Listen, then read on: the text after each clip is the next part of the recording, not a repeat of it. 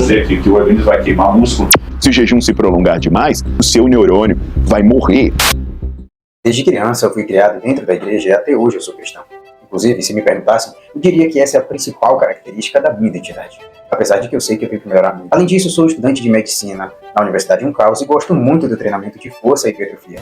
E é justamente por isso que esse tema me chama bastante atenção, porque toca em 3 características do meu dia a dia: a fé, a medicina, o treinamento.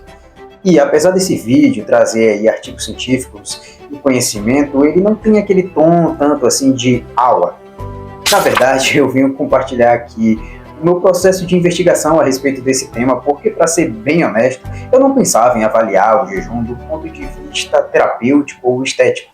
Eu pensava no jejum de um ponto de vista espiritual. Isso aí começou a mudar, para além dos benefícios espirituais, que inclusive são os mais importantes, justamente porque, citando o Dr. Marshall, o Luciano Subirá começou a dizer que existia aí benefícios terapêuticos e até mesmo estéticos para o jejum.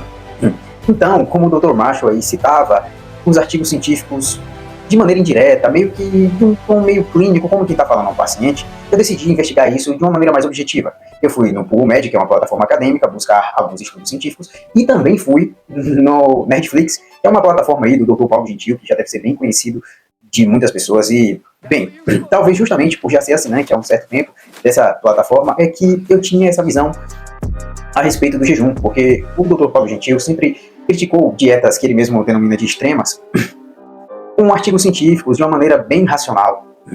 Enfim, inclusive, essa plataforma é muito boa para você estudar, e o Dr. Paulo Gentil não me paga nada para falar isso, afinal de contas, olha o tamanho desse canal, quem é que pagaria, não é mesmo? Então, comecei a minha investigação. E aí, logo no início, quando eu vi o primeiro estudo a respeito desse tema em específico do jejum, o estudo do Moro, que o próprio Dr. Paulo Gentil citou, é que eu comecei a ter conclusões um tanto que diferentes do Dr. Paulo Gentil. Esse estudo pegou 34 fisiculturistas naturais, colocou eles para treinamento de alta intensidade, e também colocou eles para comer aí em torno de 2.400 calorias. Ou seja, ambos estavam fazendo uma dieta aí com uma certa restrição calórica. Mas metade deles iam distribuir todas essas 2.400 calorias ao longo do dia, da manhã até chegar de noite. Enquanto o outro grupo colocaria todas essas 2.400 calorias da 1 da tarde até as 8 da noite. Ou seja, eles estariam fazendo um jejum intermitente. E os resultados? Bem, o grupo que jejuou e o que não jejuou não perderam massa muscular, mas o grupo que jejuou perdeu mais gordura do que o grupo que não jejuou. E daí você já pode tirar uma conclusão benéfica, ou pelo menos um ponto benéfico para o jejum intermitente: é perder gordura, mais gordura, sem perder massa muscular. O Dr. Paulo Gentil, inclusive, citou que alguns marcadores biológicos melhoraram, mas outros pioraram. Porém, esses que pioraram ficaram aí dentro de padrões normais para a saúde. Eles não saíram do padrão saudável, então não tem muito o que se preocupar. Porém, o estudo foi feito durante 8 semanas. 8 semanas. E se fizesse isso por um período de tempo mais longo, como por exemplo 1 ano? Bem, foi isso que o estudo do Paoli testou, colocando o mesmo estilo de estudo com fisiculturistas, porém durante um ano inteiro.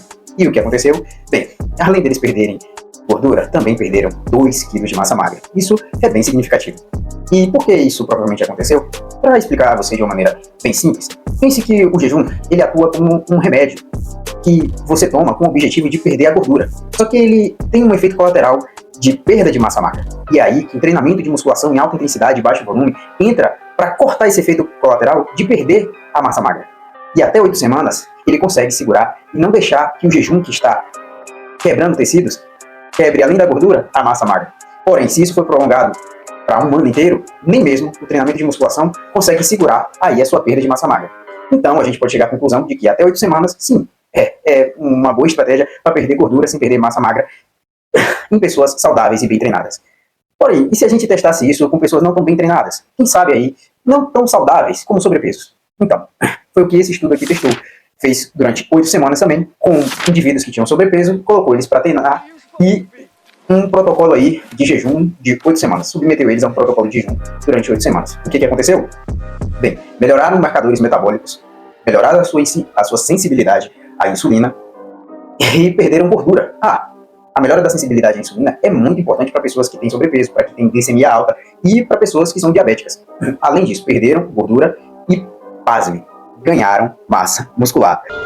Mas isso é impossível! Sim, é isso mesmo. Aí você pode dizer, mas não tem como. Você mesmo estava dizendo aí que o jejum, ele meio que atrapalha o ganho de massa muscular, podendo até gerar perda. Sim, mas eles não ganharam a massa muscular, muito provavelmente, devido ao jejum, mas sim devido ao treinamento de musculação.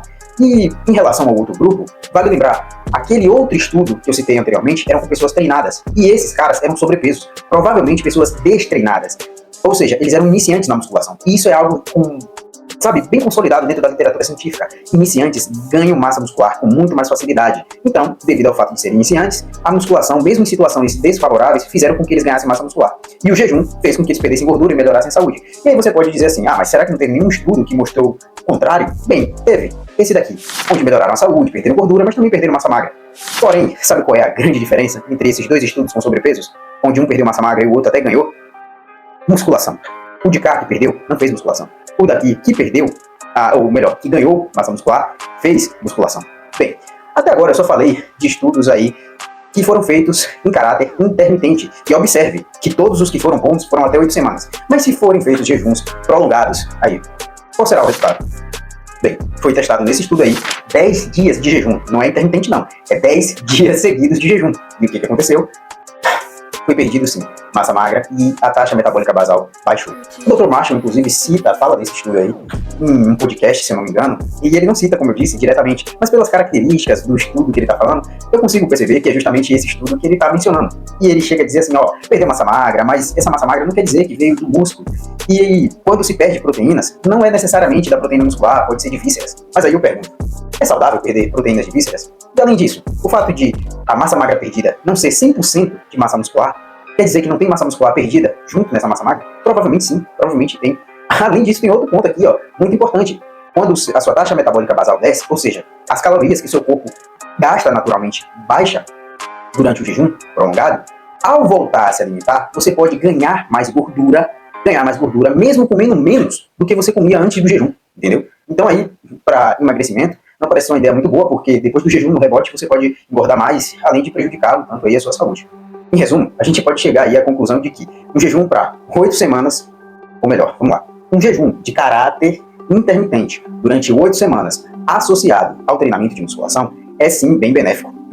Aí, tanto para a estética, no que tange a perder gordura sem perder massa muscular, para pessoas saudáveis, como também para pessoas que não são tão saudáveis assim, ganharem massa muscular, porque está associado ao treinamento, perderem gordura e melhorarem aí marcadores metabólicos que indicam melhora na saúde. Porém, um jejum prolongado aí já parece não ser tão indicado.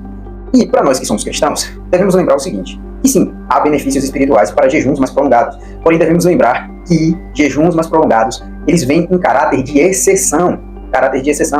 Eles são raros ou até mesmo excepcionais. Por exemplo, eu poderia citar aqui o caso do início do ministério de Jesus Cristo e do apóstolo Paulo. Poderia citar também o caso de Esther e do povo hebreu, que foi para sobrevivência do próprio povo. O povo estava ameaçado de ser completamente destruído. Como também dos náufragos em Atos, que jejuaram durante uns 14 dias, mas era porque eles queriam que as suas vidas fossem salvas. Ou seja, era um caráter, me parece que excepcional. Até porque o padrão mesmo parece ser o que está na oração do Pai Nosso. O pão nosso de cada dia nos dá hoje.